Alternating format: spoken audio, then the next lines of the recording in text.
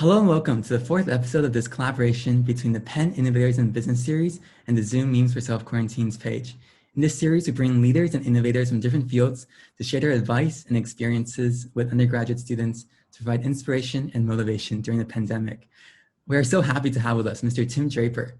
Tim is the founder of Draper Associates and Draper Fisher-Jurviston. He has been a major factor in bringing to life companies such as Tesla, Baidu, Hotmail, and Skype, just to name a few. And he is also the founder of Draper University and the author of the book, How to Be a Startup Hero, which, by the way, I wholeheartedly recommend. There we go.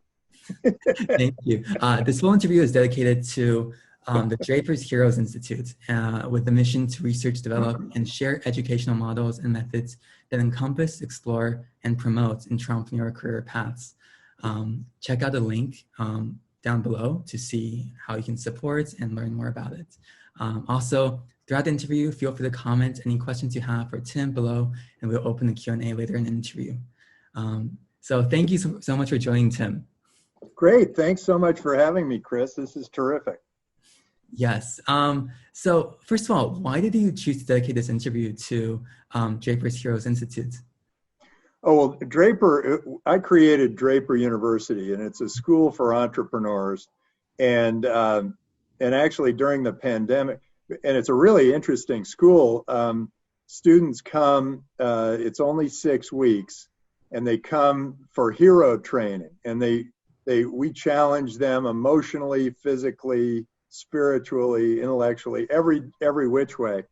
In fact, physically, they go through survival training with Navy SEALs and Special Forces and Army Rangers, and they get speeches by, we've had Elon Musk, we've had the founders of Airbnb, we've had a variety of really great speakers there. Twitch, which is one of the companies I got started, or I funded.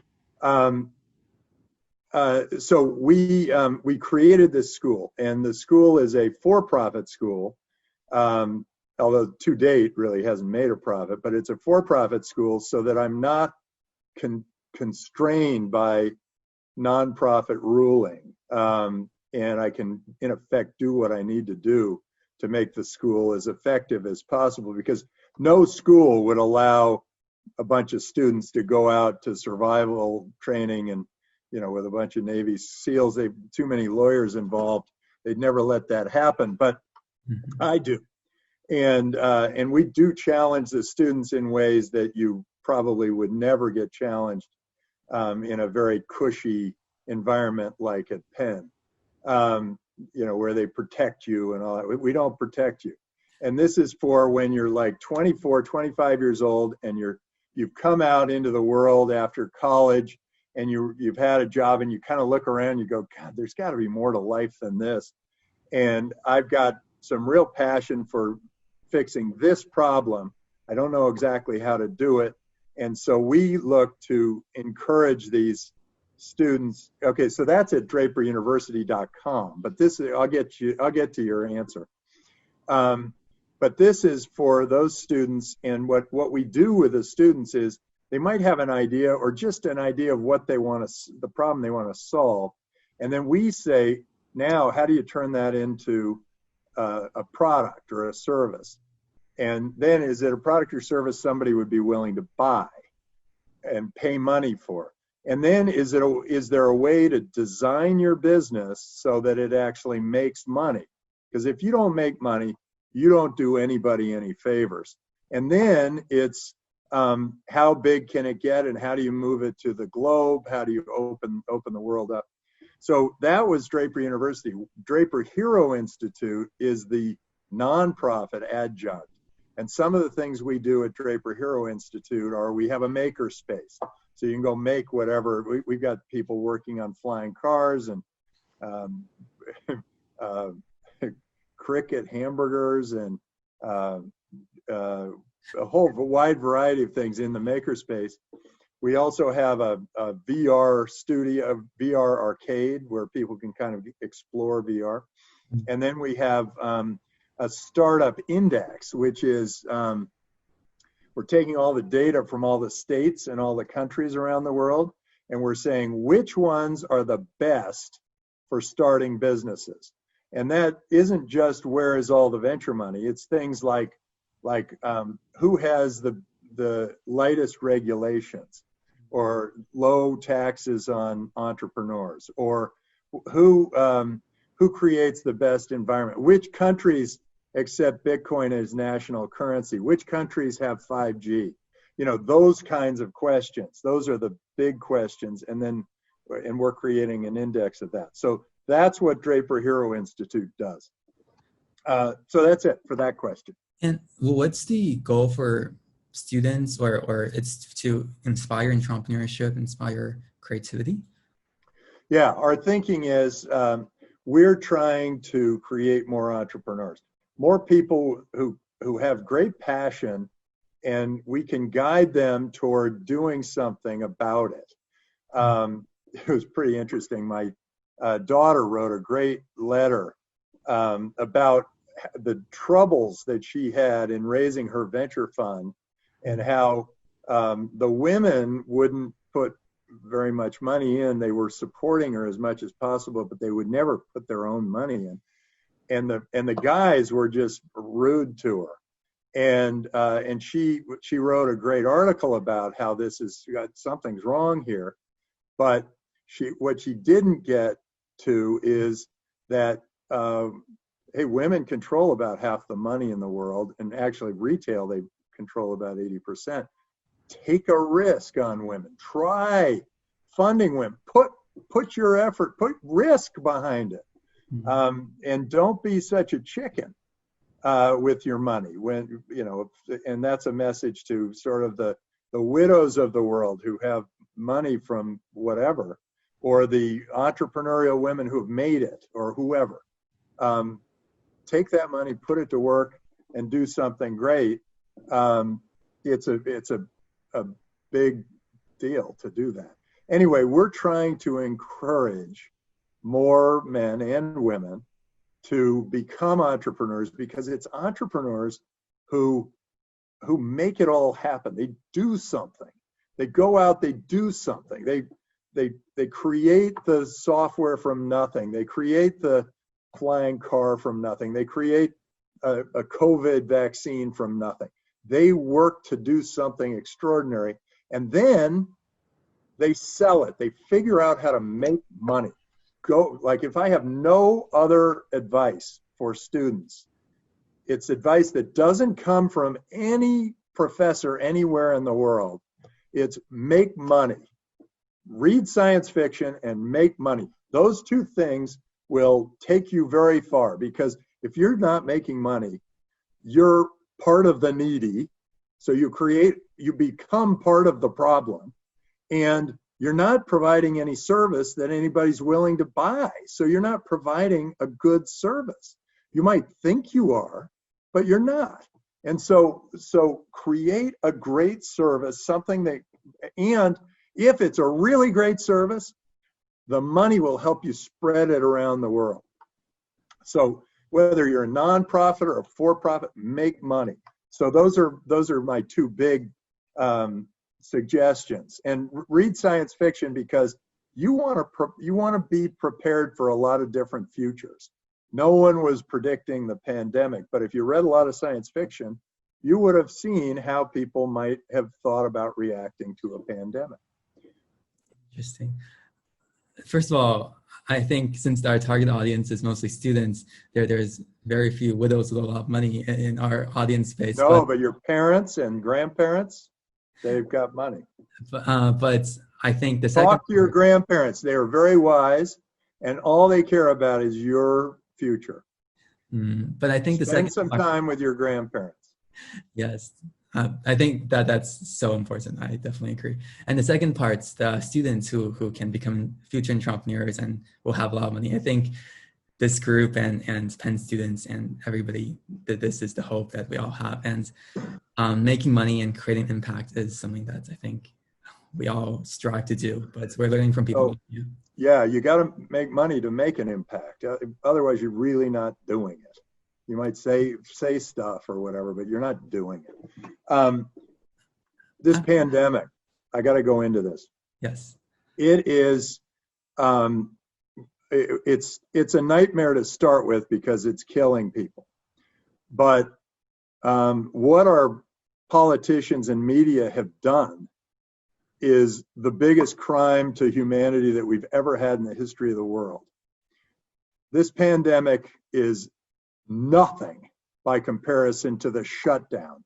This pandemic might kill 1 million people. That's a bad thing. It's horrible. Might kill 1 million people. The lockdown is, according to the UN, going to kill 135 million people from starvation. And that doesn't go into depression. It doesn't go into domestic violence. It doesn't go into all the things that are happening now or starting to happen because of the lockdown and because people shut down restaurants, bars, travel, hotels, airplanes, taxis. We are all interconnected. Let me give you an example. Here's an example. Let's say I have a house and Chris has a farm and we are the only two people. If we don't do business, I die of starvation and he dies of exposure. We need to do a deal. So multiply that deal by 8 billion people. We are all interconnected. Everything, this pen probably touched 500 people around the world before it got to me. This mug probably touched 800 people before it finally got to me. This book probably touched 1,000 people before it got to me. Your computer, that probably touched 100,000 people. Mm-hmm. All these things are affected by all these people from all around the world. This wonderful service that we have, we get our food, it's this and this, it all shows up, the housing, it's all there. That all came from all these people working very hard to make that happen. And so we're all interconnected. So we all need to serve each other. And when you do a lockdown, you shut off businesses and those businesses die, the people die, the ability for you to get your services dies. People were panicking about losing toilet paper or whatever. And so having a lockdown like this is really, really awful. And they've done sort of the quick political thing, and the media's done whatever they can to show you a shiny object. So you go, oh, that's scary. I got to watch media. They've done the worst thing they could have possibly done for us, for humanity. They've killed 135 million people, and they could have gotten away with just 1 million dying. So this is a nightmare. And so but this nightmare for you creates all sorts of opportunities. There is a whole new platform from which you can take us to new worlds. You can get us thinking about new things. When there's a shock to the system like this, people open their minds to new ways of thinking. One example is our company that uses computational biochemistry to look at diseases and run off-patent drugs against them, found something that was 26 times more effective at combating COVID than remdesivir, which is the primary thing people are using now. That's something an entrepreneur did. I mean, they've done it, and now it's going through FDA approval and whatever. The other thing that's happened is we're all locked in place. People are playing more games. Games are good. They're healthy for your brain. They get you thinking in new ways. They get you innovating. They make you creative. That's a good thing. Twitch has been a great thing for new ways of communicating, and it was a big success for us. People are using VR. VR's got all sorts of new applications that you can push for. People are using getting Bitcoin wallets because they're stuck in place and they're going, let me try this thing.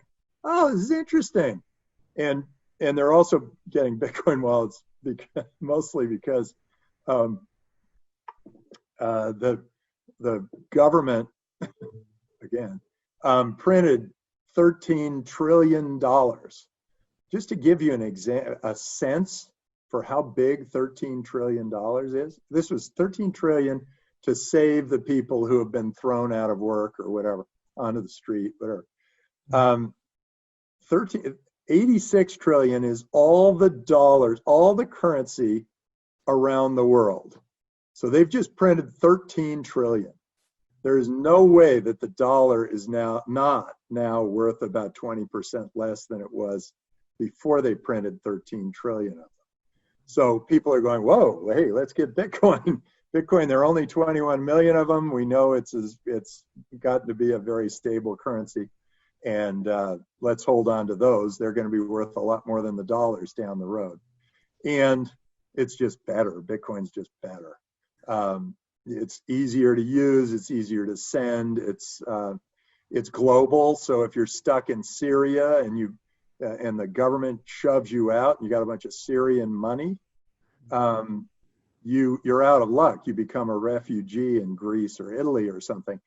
But if you're Syrian and government shoves you out and all your money's in Bitcoin, you just pull it right down and you start your life over in Greece. There are so many more, and if you need to do micro payments or payments across borders or whatever, Bitcoin's just so much better. So we've got and I wear a tie to support Bitcoin because of that, because I know that it's so much better. We will definitely talk about blockchain and Bitcoin very, very soon in the interview. But let's first start off earlier. You graduated from Stanford. You went to Phillips Exeter and Andover. Okay, you went to Andover. Exeter. My partner went to Exeter. No, they're our big rival. I see. I went to Andover. I went to the really awesome school. Sorry about that mistake. But what was? And by the way, I sacked their quarterback. I sacked the Exeter quarterback in the big game twice as a lineman, defensive end. That was a big highlight of my Andover career. It was good to go to Andover. Andover was, it made me think independently. It made me realize what's important. Being away from parents, it made me very independent. It made me self-sufficient. That was a great thing. And then going to Stanford, turns out the academics at Stanford weren't as tough as the ones at Andover. But they made you think harder, which was a great thing. And I was an electrical engineer there. I really enjoyed that. I started out as a physics major, but then I realized that my dad told me, you might want to study electrical engineering because there are a lot of jobs for electrical engineers. And that helped me with my career. I think that was a big help. And then I went to work for Hewlett Packard for a couple of years, and it was tough. I didn't like working for a big company. I was not well suited for it.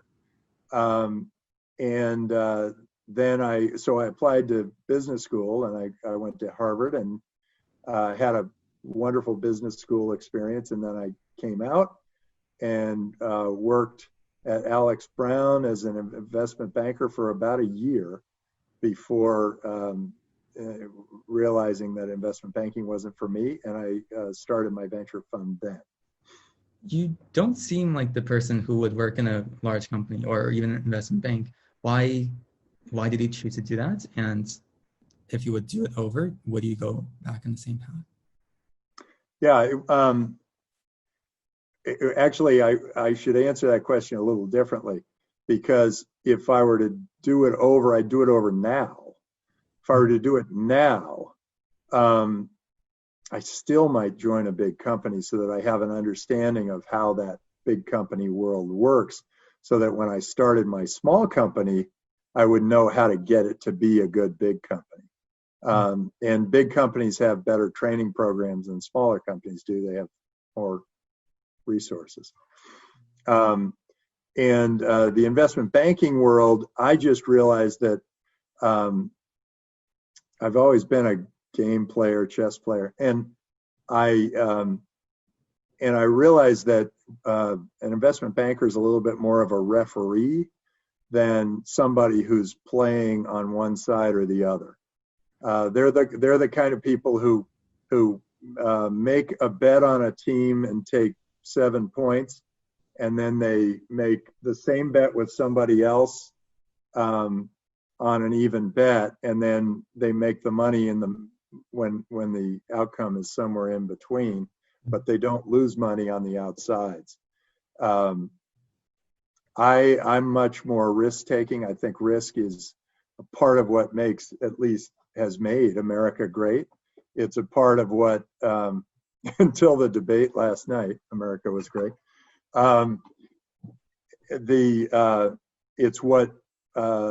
It's what makes for great things to happen. I mean, one of the things we say at Draper University is, I will fail and fail again until I succeed.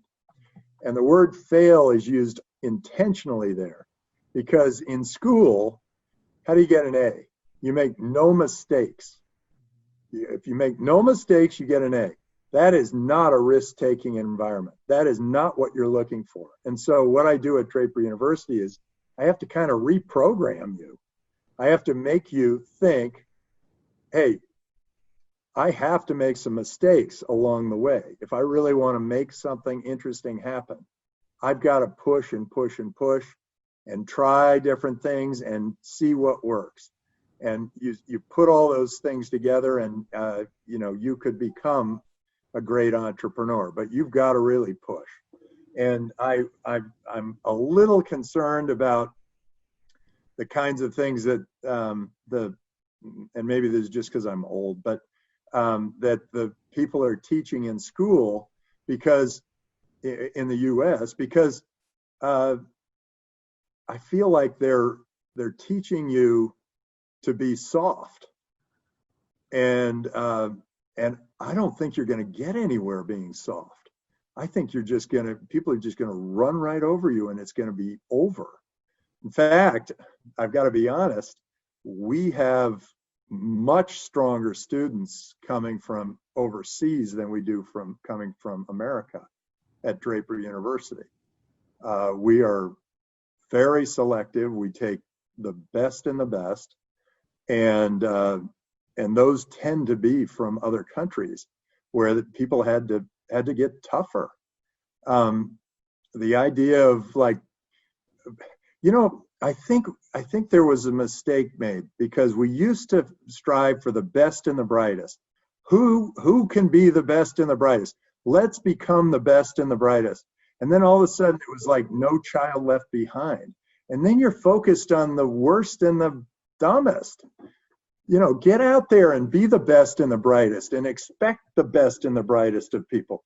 Expectations make all the difference. If I expect you to do something extraordinary, you might not reach that extraordinary peak, but you'll do a lot more than if I expect nothing of you. And so I think that's where schools are making big mistakes.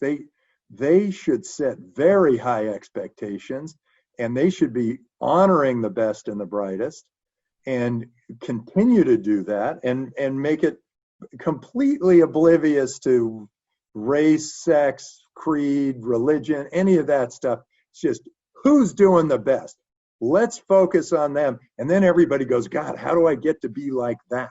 How do I achieve something really extraordinary? And that's something you're probably not hearing from any of your professors. So I'm glad I said it. I think the meritocracy and ability for education to build. Oh yeah, I'm glad you brought that up. But you really think people are saying, hey, we need socialism, what they're really saying is we need something else, because what we've got now is getting towards socialism. It's where the government controls everything. You say, oh, the government should have this rule, should have this rule. You're handing power to the government. If you really want the government to run your world, go to North Korea. North Korea is one of the poorest countries in the world. It is a socialist dictator. And then you go to South Korea. That is a capitalist free market. Here's the difference. The average North Korean makes about $100 a year. The average South Korean makes about $46,000 a year. The average South Korean, now it's been 3 generations of socialism in North Korea, capitalism in South Korea. 3 generations.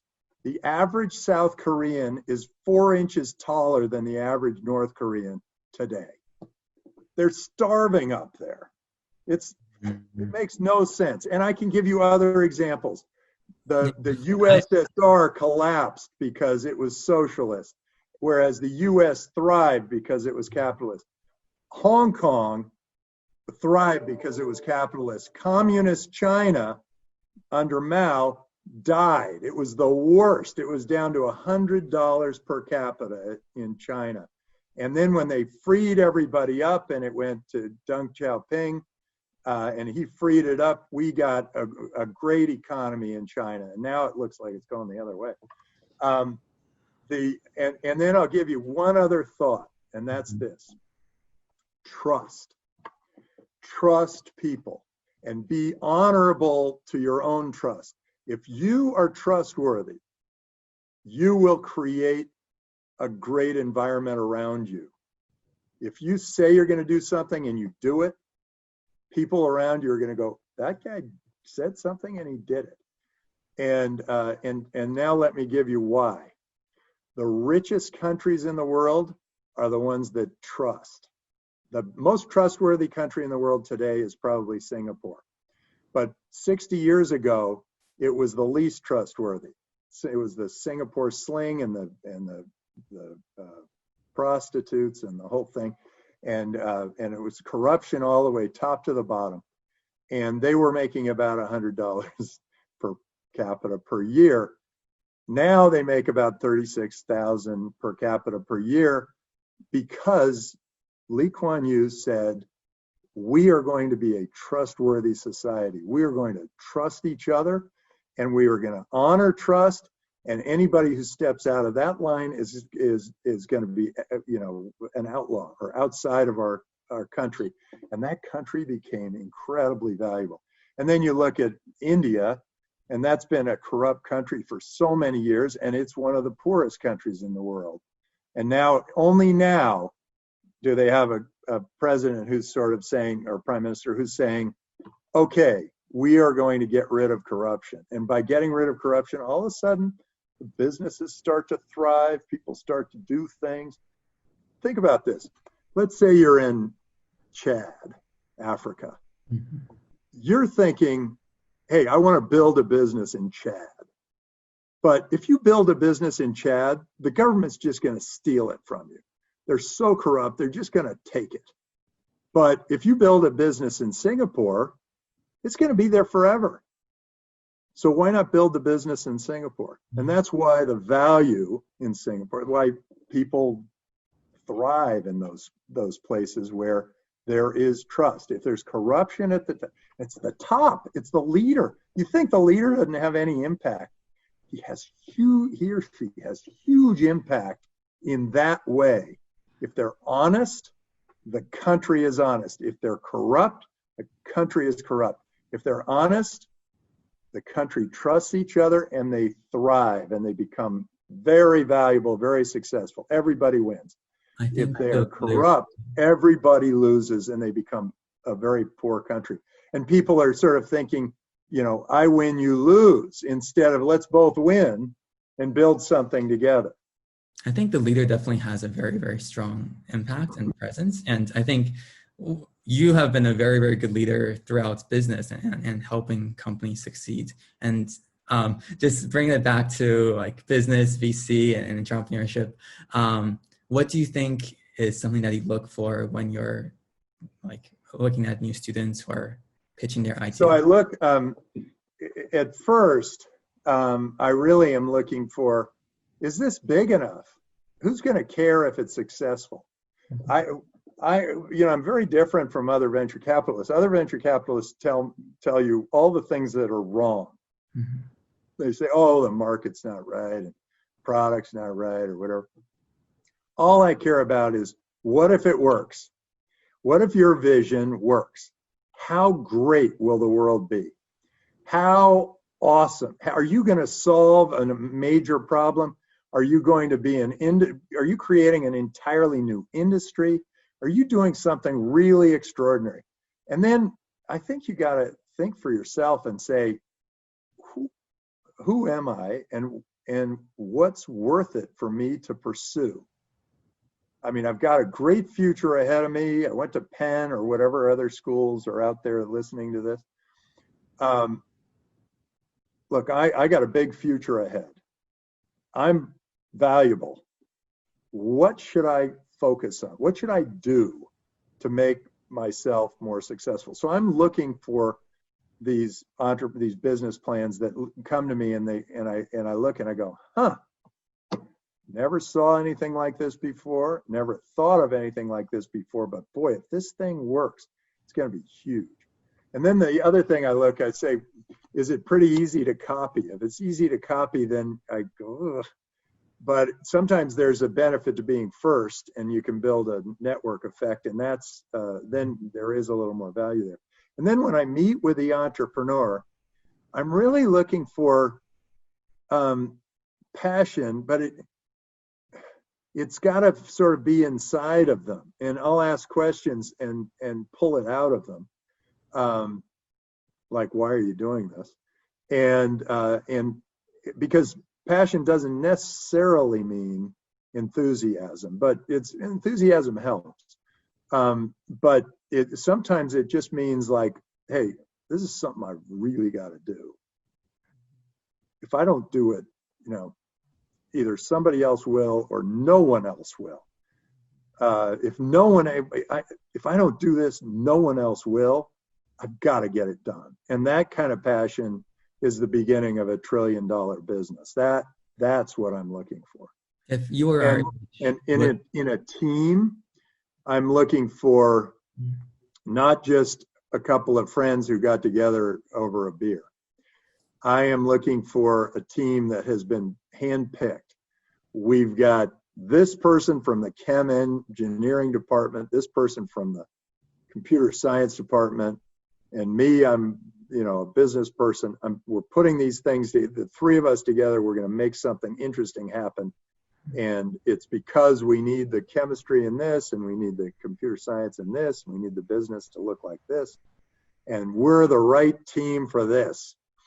And then I look for, when the team comes in, I look to see how much trust they have in each other.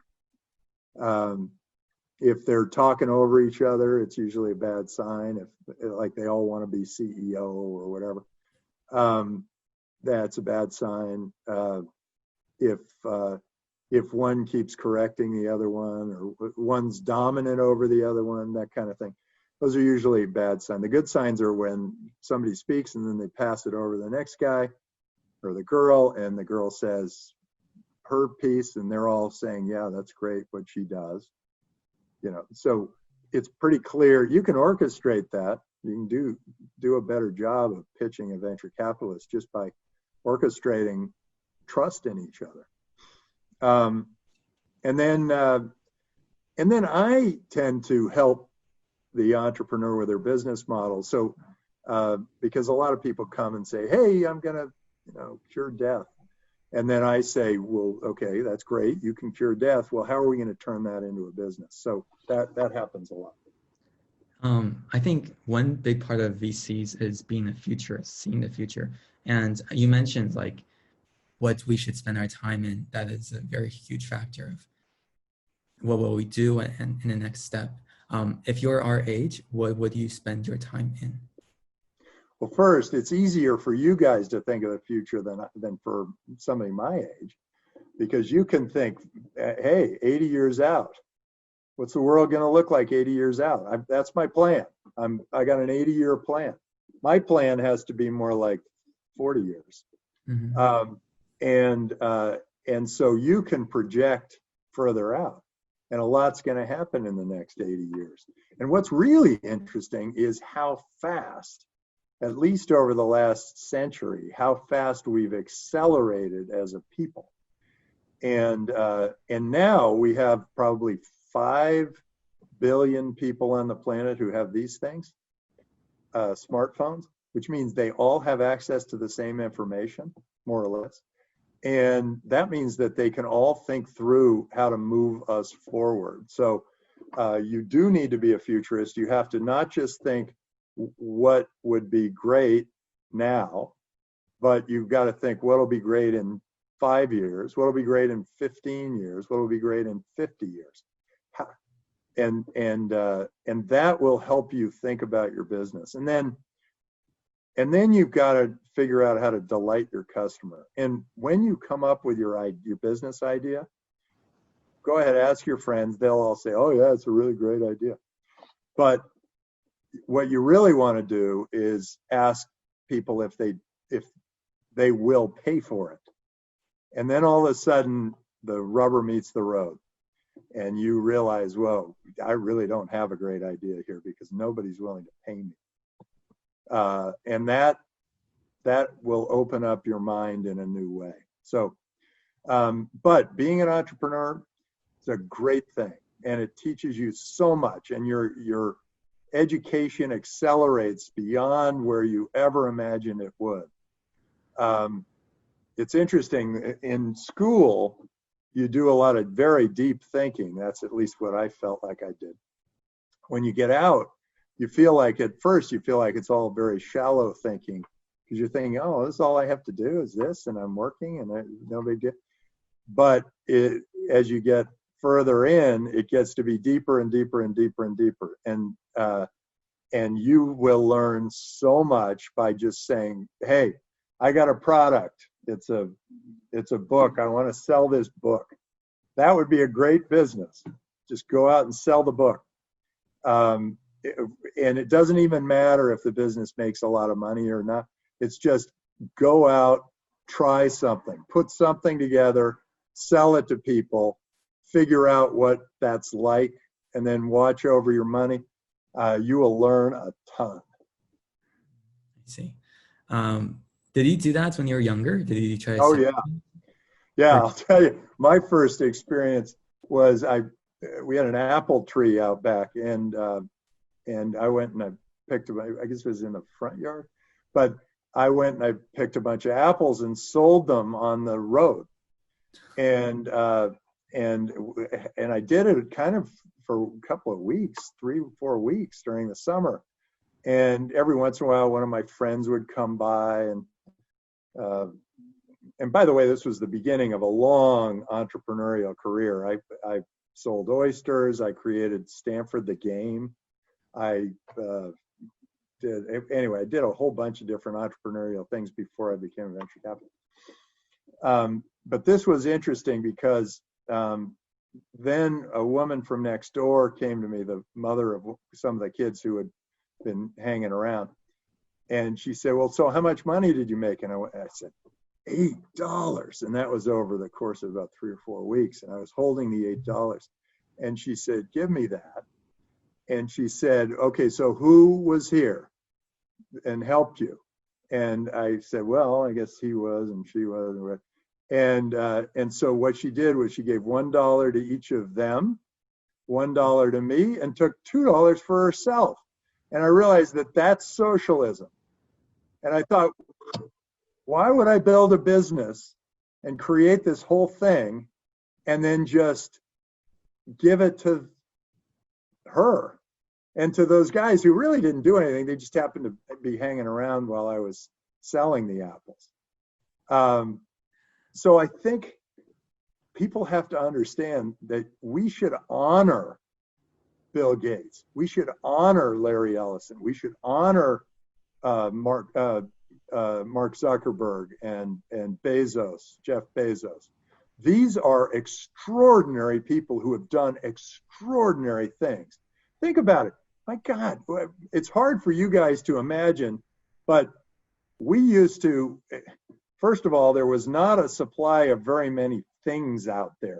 But if I wanted to buy, a specific piece of clothing or calculator or whatever, I just go on Amazon and the next day it's here. It's like magic. That guy is a magician. Jeff Bezos has created magic. It's fabulous. He should be honored every moment of every day. That guy should be honored. Zuckerberg, my God, he's created Facebook and he bought Instagram, and he's done so much for communications around the world, and photo records and history, and so many interesting media communication, so many things he's done. He should be honored, and we love his service, so let's keep using it. The guys who started Twitch, we love that service. We should be honoring those people, the people who created, God, I mean, Elon Musk, he is being honored. He's like the only guy who's being honored for all these things that all these people have done. One thing, they are not super, they're head of different industries, but one thing that you're really spearheading is like the blockchain and Bitcoin ecosystem. Yeah. And why do you think this is the future? And yeah. So it's just better. I'll start with simply, a dollar is tied to a government, and the government swings. If it's a Democrat, they print more of them. Republican, they print less, but they print, and they print whatever, and maybe it flows one way or another, and they're but we are at the mercy. Our dollars are at the mercy of some political force, one way or another. Our dollars are going to be definitely going to be worth less next year. $1 today is going to be worth a lot less in a year. I think you look and you say, well, that's one problem, but I mentioned that Bitcoin can be used to store value, so you can go from country to country. It's global. It's also transparent. It's kept store value. It can be a great store of value. Yeah, you can hold. Sorry, what do you mean, just for the audience? You can store your value. Let's say you have some money, and let's say it's in the form of dollars. That's a value. Let's say you have $100. If you make it 12,000, you say, I can either have dollars with this, and that's one way to store the value. I can go buy a couple ounces of gold. That can be a store of value. Or I can buy some Bitcoin, and that can be a store of value. Or I can buy a car, and that can be a store of value, but you know that that's going to go down in value the moment you drive it out of the lot. It can be, you can buy a piece of land, you can buy a whatever, and each of those is a store of value. And Bitcoin as a store of value is certainly a lot better than the dollar, where some politician can say, we're going to print 12 trillion of them. Because there are only 21 million Bitcoin out there, and that's it. There are only 1.2 million or something left to mine, something like that. And the rest, that's it. And so that's going to be a stable currency. It's going to be stable store of value. One Bitcoin will still be worth one Bitcoin, whereas dollars and other currencies sort of are volatile as they drift off the chart. Now, Bitcoin is held on a blockchain, keeps perfect records of every Bitcoin transaction. So what that means is it automatically does what I pay accountants, bookkeepers, auditors to do. And so this is a much more efficient way to move money around, because it keeps perfect records. It can pay my taxes. It can do all that stuff for me. The blockchain also can be written into a smart contract. And with a smart contract, that means I don't need a big, complicated legal document to determine who gets what in the case of selling a company or selling a product or whatever. It's built into the software. It's built into a smart contract. And so I don't have to pay as much to my lawyers for, having those contracts. And everything becomes more efficient. And if you are a retail shopper, if you buy things at the store, when you buy things at the store, you don't know it, but you are paying your bank 2.5% to 4% every time you swipe your credit card. With Bitcoin, when you pay the storekeeper, the money goes across and there's no friction, and you don't pay the bank 2.5% to 4%. So you see the banks panicking. They're going, oh my God, this thing's horrible. It's taking my 2.5% to 4% every time you swipe your credit card. And are paying and once the that's what you are paying the miners to give nothing like 2.5% to 4% though. Mm-hmm. Yeah, you do. Well, you pay the miners to keep the blockchain healthy. You pay the miners, but it's tiny by comparison. It's nothing, and there's a lot of room there, where Coinbase, I think, charges 1%, but it can, over time, that can shrink way down, because it's just you and the storekeeper and the Bitcoin. And so, there's some real value to Bitcoin. The other great thing about it is that it's global. And you know what happened when the internet showed up? I'll give you a little, at least my perspective of history. People were tribal. Think about this. Before the internet, people were very tribal. They said, here's our border, don't cross our border or else. And that way, everybody was safe. I don't cross your border, you don't cross my border, we're safe. We're feeling like, okay, and then we can build our lives and whatever. Internet shows up, and all of a sudden I realized, hey, you got some cool things on your side of the border. And I've got some cool things you don't have. Well, let's start trading. I remember going to Russia after the wall came down, and they had never had penicillin, but they had immunity boosters. And so we were both solving the same problem in a very different way. And so, hey, we start trading, and then we realize, oh yeah, you guys are really good at, building a manufacturing base, or hey, it's much lower cost labor where you are, or you've got better fruit trees, or you got something. So then the trade starts happening, and then we all get better off. So for the last 30 years, since the internet kind of popped in there, all of a sudden we've got a really great deal and a great economy, and we're able to build this amazing economy across border. So suddenly those borders that were tribal are less relevant to us. Suddenly we're not tribal anymore, we're global. So then the internet, so that internet, everything was going great. And then Satoshi invented Bitcoin, and we now have a global currency. So there's a huge opportunity for us to be completely global and operate across border, no problem, no friction, with this great currency.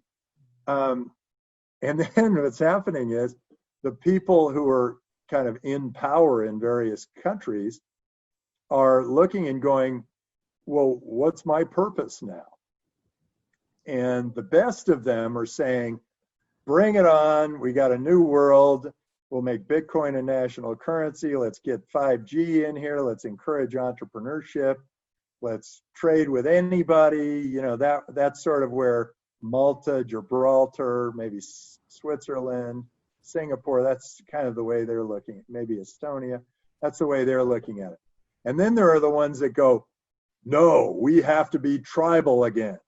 And they're saying, we're going to threaten other countries. We're going to put up trade wars. We're going to put up barriers. And those are like China today.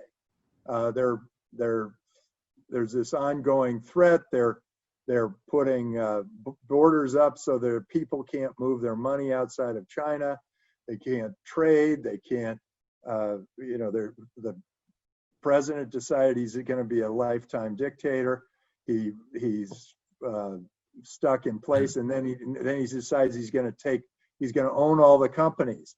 So suddenly, something that was one of the great entrepreneurial great hopes is now going through sort of a dark ages. You've invested in China a lot through Baidu, through other companies. I spent years in China. It was the best place. I love the people. We've had so much fun. We've created incredible value. Baidu, my gosh, Baidu alone has created more value to that country. And so it's a real shame what's happened to it. And when China said Bitcoin's illegal, the guy who created Binance had built a $10 billion business at Binance. He had to move. He had to go to another country. So he moved to Singapore, and then they got heavy-handed. He moved to Malta, and they were saying, come on in. The other thing that happened was as soon as China said Bitcoin's illegal, Japan said Bitcoin's our national currency. It's one of our national currencies. And so what happens is there's a brain drain out of China and into Japan. And so we are global. And if our leaders are still trying to be tribal, they're going to be lost in the dust. I see. I think the biggest challenge for Bitcoin and blockchain is there is a struggle throughout the past 2 decades between government and technology. And I think Bitcoin and blockchain actually heightens the crescendo of this. Yeah, but it's the government, it's the good governments that are embracing technology and trying to regulate to the technology. And then the bad governments are trying to block it or to create trade wars. Consider it's good or bad governments. It is. It's good or bad. You get bad governments who put up trade barriers. It's like shooting yourself in the foot to put up a trade barrier or create a trade war. It's the stupidest thing, but it's happening. But yes, okay. And then we have also a few question and answers from students. What are 2 books that influenced you the most and why? Oh, I wish I could show it to you. One is called Bionomics. And I was about your age when I read it. And it kind of shows you economics from a biological standpoint. So they talk about how different species go through plateau and then growth and then plateau and then growth, depending on different things that happen.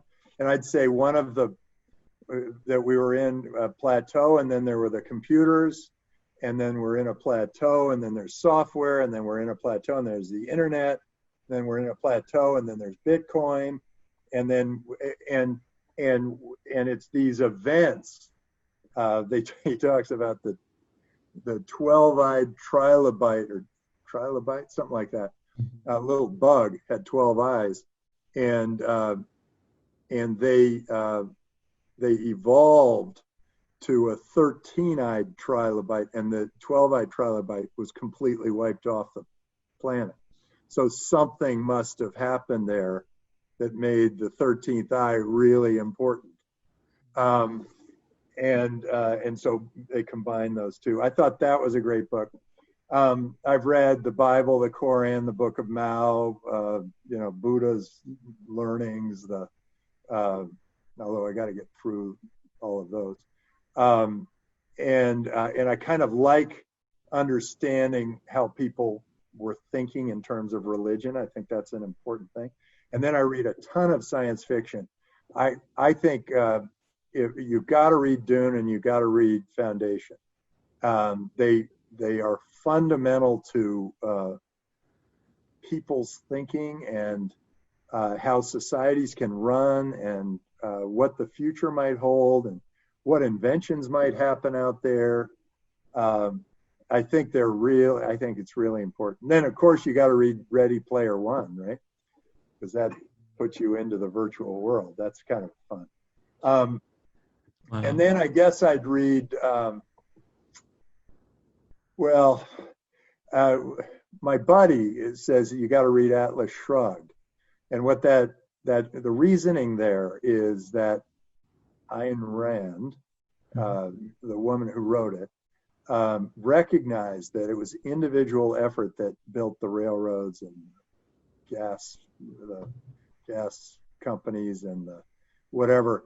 And then the bureaucrats came in and regulated them and kind of ruined their existence. And the builder was not honored the way they should have been. And that, I think, so I actually think that's a pretty good book to read too. And then I'd read anything by Michio Kaku, the futurist, because he does a lot of work in science, and then he translates it to the rest of us. And that's quite valuable to think about, the future of humanity, future of physics, a couple of others. That's a lot for us to read. And I think, oh, by the way, don't read it while you're in school, because when you're reading so much crap in school, you might as well like wait until you're out. And when you read for pleasure and for knowledge, instead of just reading to get to the. Oh, wait, read The Startup Hero. Read that book. Okay. Yes. Read How to Be the Startup Hero by Tim Draper. That is a very good book. But to those who don't know, you were the one of the inventors of viral marketing, and you also talked about religion. So I'm actually very interested in hearing your perspective of, was viral marketing any parts in developing religion? That's funny. No, what viral marketing came to me, the way it came to me was I do play chess, and so I think several moves ahead. And that tends to be a valuable thing in business. And there was a business school case about Tupperware and how women would buy Tupperware, but the only way they could buy it is if they would become a salesperson for it. And so they made their customers into their sales force. So when the team came to me and they said, well, we got web-based email. And that was a new thing. People had email, but it was only on isolated networks, on Lotus Notes. And that was the only way you could do it, is like you could email to somebody else in your company if you had Lotus Notes. Well, these guys created web-based email that opened it up to everybody, and they decided they were going to give it away for free. And I said, well, look, if you're giving it away for free, at first, how are you going to spread the word? And they said, well, we need TV ads and radio ads. And I'm thinking, oh my God, this is going to cost a fortune. And I didn't want to raise that much money for them. So I said, well, what if you just put a message at the bottom of everybody's screen that says, P.S. I love you, get your free email at Hotmail. And they hated the idea. Well, to start with, they hated the idea. And, of all the investors I could have met, why did I meet this guy? He's such a nut. And I kept pounding the table. And finally they said, okay, we'll try it, but no P.S. I love you. Let's just say, get your free email at Hotmail.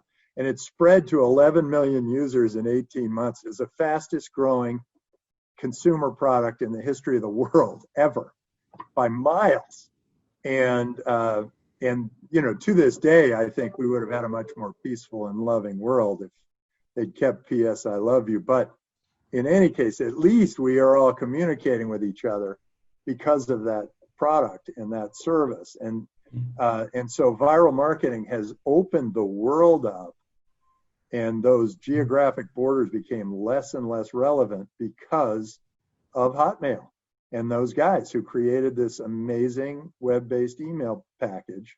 And I just stumbled onto the idea of creating viral marketing. And now, of course, viral marketing was used at Skype and here at Zoom, and it's used in Facebook. Everything social media is all tied to viral marketing. And so I feel like, wow, that was a big deal. Actually, I considered, before I did it, I considered patenting the idea. And then I thought, no, give it to everybody. Let them use it. This is a great way to spread products and services around the world. Just give it to them. Business schools, including Penn, is still very, very, teaches this as an entire class. And also there's professors. One of my favorite professors, Jonah Berger, has an entire class on contagion, which is one of the best classes.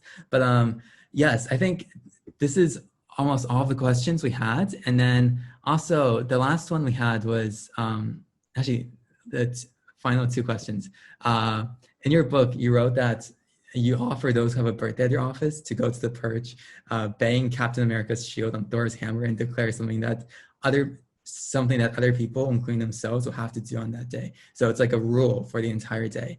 I know it isn't your birthday, but I'm giving you the authority to set a rule for everybody who's listening, and me and you. What would you want people to do? Be free. Okay.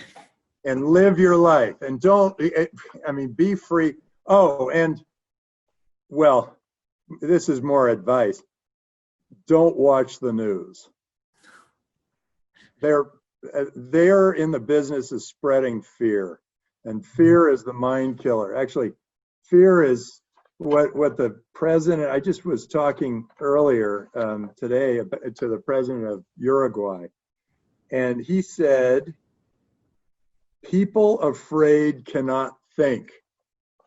And I think he's right. And what does the news do? Watch the news with this in mind. Which of these stories is spreading fear? All of them. Every single one is spreading fear. And so they want you to just stay in there and only listen to them and whatever. Don't do that. Anyway, free. If I were the king of the world, I'd say it is a free world. You do what you can, have a great time doing it. Don't hurt other people, but live free. Got it. Be free and try not to watch the news. And then the last question is, what would your advice be for students amidst this pandemic, even a possible recession? What is your advice going forward? Oh boy, they're going to give me a hard time for this, but I would say ignore it. Live your life. You know, if you're concerned, go ahead, wear a mask. But the rest of it, go out to concerts, go out to restaurants. I feel like we have destroyed the economy and we've got to rebuild it. Go out. I think the question was more like in the future, like what to look at or like how to look for careers. Oh, well, the big industries that are going to change are banking's going to go to Bitcoin. The blockchain is going to change accounting. Smart contracts are going to change the legal business. Government's going to change because you can set up government's mostly insurance, but government's going to change because you can create an insurance company just with an actuary and a bunch of smart contracts and some surveillance. And that'll revolutionize insurance. Healthcare is going to change in a big way because it's going to all be data-based, data-driven. You can do a better job of diagnosing a disease with AI right now than you can with a doctor. And when combined with a doctor, even better. So healthcare is going to change. I mean, you're going to be able to, surgery is going to be robotic. I mean, there's so many things that are going to change in healthcare. And then I think the real estate business is going to go through a major shift because of companies like Proppy that can automate and put on the blockchain everybody's title. I think, and you can tokenize real estate, so you can buy pieces of different properties. All these biggest industries in the world are about to go through the biggest transformation in the world. So if you have any kind of an entrepreneurial bug, now's the time. And that'll lift us out of COVID, out of this lockdown, which is way worse than COVID, it'll lift us up, and you take us to the world you want to live in yourself. So now with that, I do have to break, and great being on your show. Thank you. Your questions are fantastic. Thank you, Chris.